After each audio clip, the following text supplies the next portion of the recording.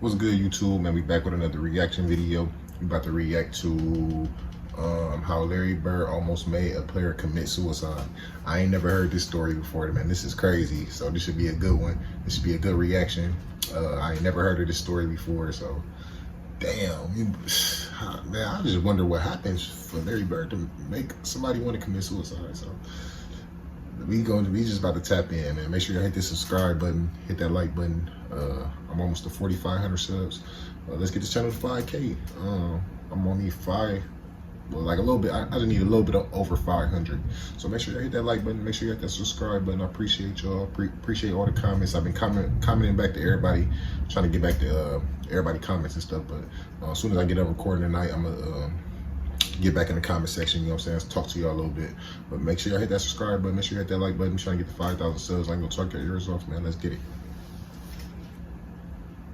Yo, what's going on, guys? It's Sonic Gaming, and today I'm back with another video. Now, yes, you read the title correctly. Today we're going to be talking about the time when Larry Bird almost made a player commit suicide. So the player we're specifically talking about is Jayson Williams. No, it's not the Jayson Williams that most of you guys are probably thinking of, that played with the Kings and was basically a flashy passer and could do all the dribble moves. We're not talking about that one. We're talking about one that maybe you haven't even heard of.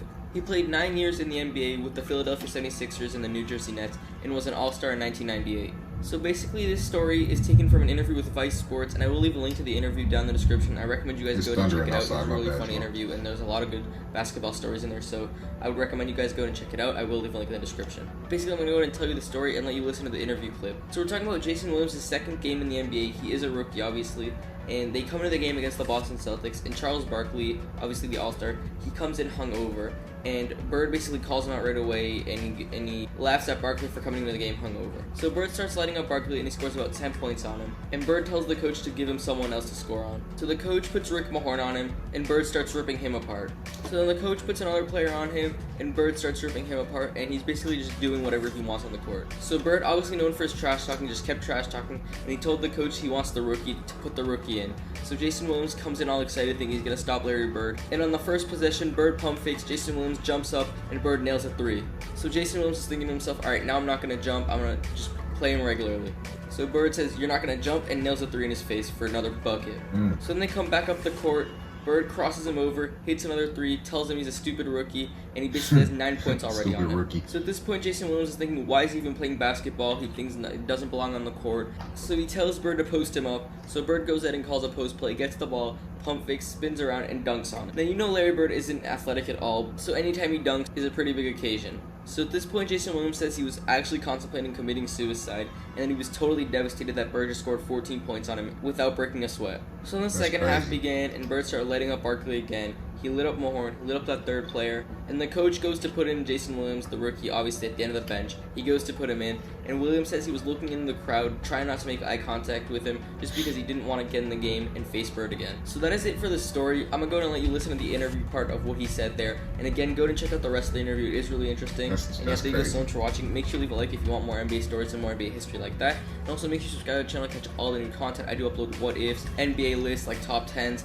and more NBA history. So I really think you guys should subscribe. We're on the road to 15,000 subscribers, and we are getting close. So thank you guys so much for watching, and enjoy the interview. Peace. Then I got a chance to play against Larry Bird, and I knew everybody in Knickerbocker, all Irish, Catholic, Italians were going to be watching, all the brothers and black and brown people going to be watching on this side. I was like, all right, second game in the NBA. Here we go, baby, showtime. So I get there, and Charles Barkley comes to the game, hungover, you know? You can smell it on him. Boy smells like a sailor, man, like possum nuts, you know? So Larry Bird comes in the game, they started, and he goes, Charlie, you've been out all night, right? Here, take this with you. Boom, he starts lightening up Charles Barkley. Gives him about 10 points real quick. He smelled it on him. Smelled it on him, right? So then he look over our coach, Jim Lionel, as he backpedaled back Larry Bird, and he goes, give me somebody else. So they put in Rick Mahorn, and he look at Rick and said, if you got a whole ass, you got to make 2 trips, boy. You can't check me. Why? Larry Bird just talked. Then he go, give me that guy over there, Armin Gillian. And Armin Gillian come in. And one thing about Armin, people thought when they passed the ball into the post with Armin Gillian, he wouldn't pass it back out. It's because they kept trading him so many times, and he was colorblind. That's why he held onto the ball. He didn't know what team he was on. That's true story. Right? So the whole time I'm going, Coach, put me in the game. Put me in, Coach. I want him. So He's lightening up on him again, and he struts back like only Larry Bird can do. You know, he tried back, he looks over at the bench, and he goes, "Hey, coach, put the rookie in." I was like, yeah, put me in. You better not hope you don't put me in. And then Jimmy goes, "Jay, go get him." And I go in, I go, yeah, what you want to do? Come on, baby, let's go. Let's get it on.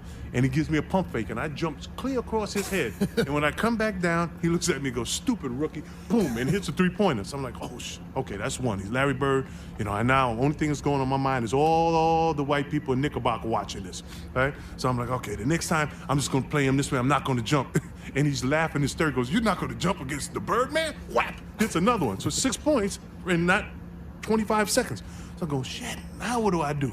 So I'm caught between the fart and the shit. So I'm just, I'm like half jumping, half not. Half jumping. I look like a damn orangutan. What to do? What to do? Now I'm panicking, and he just gives me a pump fake, crosses over, hits another. Got 9 points now, Ben. 9, and it's 3 straight times down. So I'm starting to think when we run back down, maybe I shouldn't play basketball. Maybe I wasn't that good. Maybe I should have been a brick mason. You know, what the hell am I doing here? I can't go home now. If this guy scores one more bucket, you know, I'm thinking suicide. It really was. I was like, what the? That's how bad. I went back down, and I was like, well, I bet you can't take me in the post. He goes, "Post me up." 5 down, he calls. They throw the ball in the post. He pump fake, goes around and dunks on me. Now I'm like, oh, shit. I got dunked on by a white man who's on the end of his career. Can never Larry go home Bird. again. It's a wrap now. The only thing on you my know how mind Julius felt. is Mayflower. That's crazy. And you know what Mayflower is, right? That's the moving company. You know, 1-800 Mayflower. I got to move out of the neighborhood, and then he just gets another one, and now he ends up with about 14 points on me, and I'm like devastated. So the second half starts, and I'm on the bench, and he starts lighting up Charles Barkley again. He's lighting up Rick Mahorn. Then he's lighting up Arm McGillian, right? And the coach comes down to the bench. You got nobody else to put in the game. And he looks at me, and I start looking into the stands with the fans. I wouldn't give no eye contact to Jimmy Line and the coach. And I'm like, please, don't put me back in there with that white guy. Please, whatever you do. He said, "Don't put me back in." It was the first time in my life I was ever scared to be go into a basketball game. So fast forward about 6-7 years later, I make the All-Star team, and he's our coach. And when you make the All-Star team, you go in and they have your minutes on because our Eagles are so big, and people think there's coaching that goes on in that game. In the NBA, there's really no coaching. The NBA is 80% personnel, that's your team, 10% coaching, 10% luck. That's how you win games. But you go in and minutes are on the refrigerator, and I go in and I say, "Hey, how you doing, coach?" And Larry Bird looks at me and goes, Your minutes on the refrigerator." I was like, "Thanks, coach." And I start walking over to go see my minutes. He goes, "You fucking rookie." So he remembered him lighting me up all those days.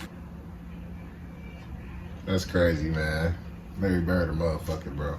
Larry Bird, like, he had motherfuckers mentally, like, going through some shit, bro. Like, bro, that's crazy. I ain't never like came across that story or heard that story before. One of my subs actually requested this video, man. So I appreciate you, man. Shout out to you. Y'all be having some fire videos for me to react to. That's why I be loving the request, man. But we gonna wrap it up with that. Hopefully y'all enjoyed the video. I appreciate y'all. Like this video, comment, subscribe. We try to get the channel to 5K subs. So with that being said, y'all stay safe, stay tuned, and we out. Deep, right?